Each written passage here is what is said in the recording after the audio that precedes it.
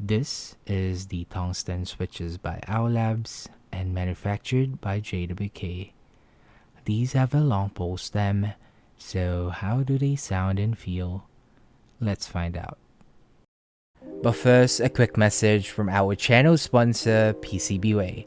PCBway is your one-stop shop for all your PCB prototyping needs, and let me tell you about their shared projects. This is an open source platform where creators can share their projects and inspire more enthusiasts into building. Not only that, if you find something interesting, you can quickly add it to your cart, and PCBway will donate a 10% cost to the creator. If you want to learn more about this, head over now to pcbway.com, links in the description. Hey guys, Ox here and welcome back to my channel. I will never get tired of this intro. You know why? Because today is the day that we had hit 69 switches. Yes, we have the switches as our 69th switch that we have reviewed on the channel, and I'm very proud of this milestone as I have never imagined reaching this far. So first of all, before we start the video, I would like to thank each and every one of you who've stuck around with my channel and always supporting me with my switch reviews. So this is the Tungsten switches. This is a linear switch manufactured by JWick and sold by Owl Labs.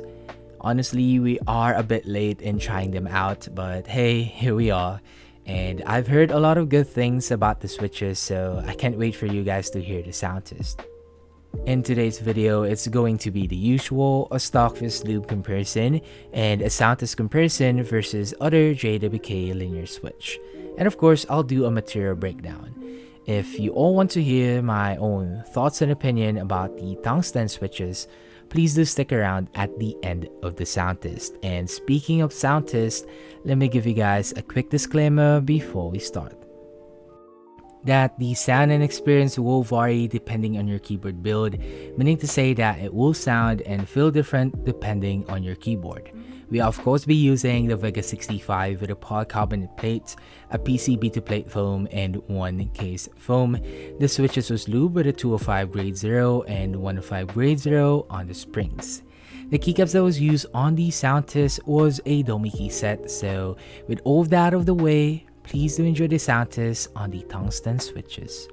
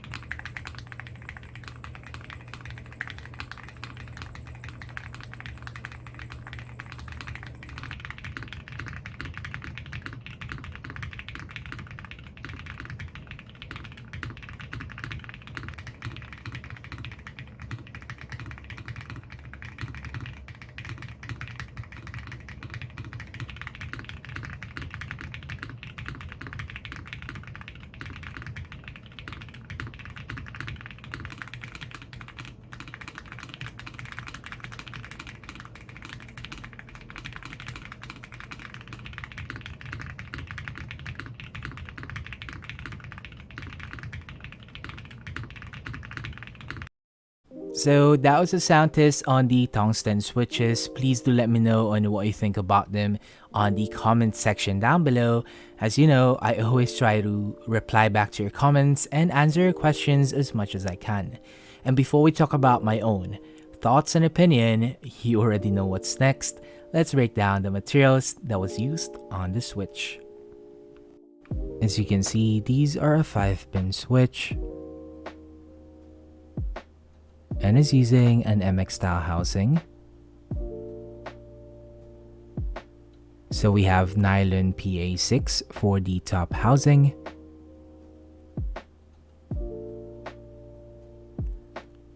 nylon again, but PA66 on the bottom housing, and of course we have the long pole palm stems. Lastly, the extended long springs with a 63.5 gram bottom out force.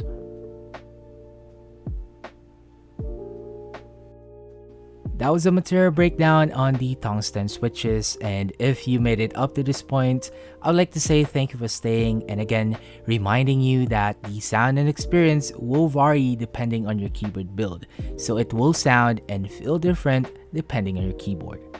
Finally, let's now talk about my thoughts on the feel.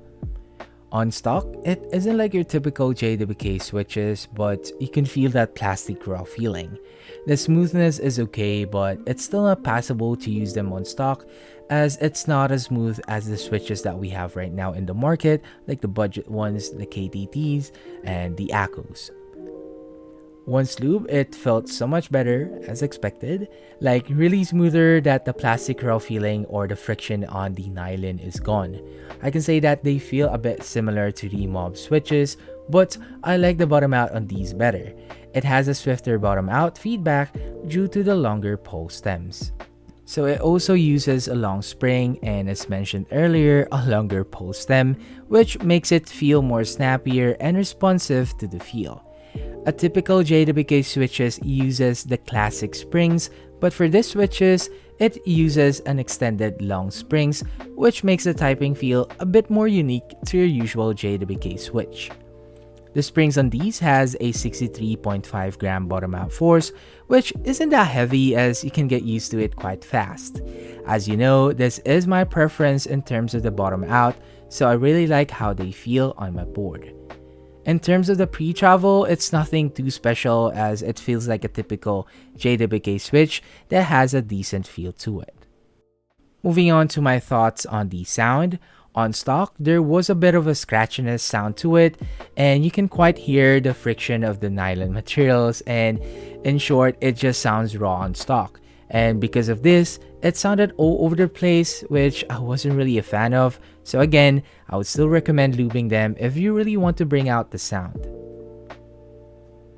Once lubed, it sounded more fuller and better. Of course, it has that subtle clacky high-pitched profile considering it has a longer pole stem.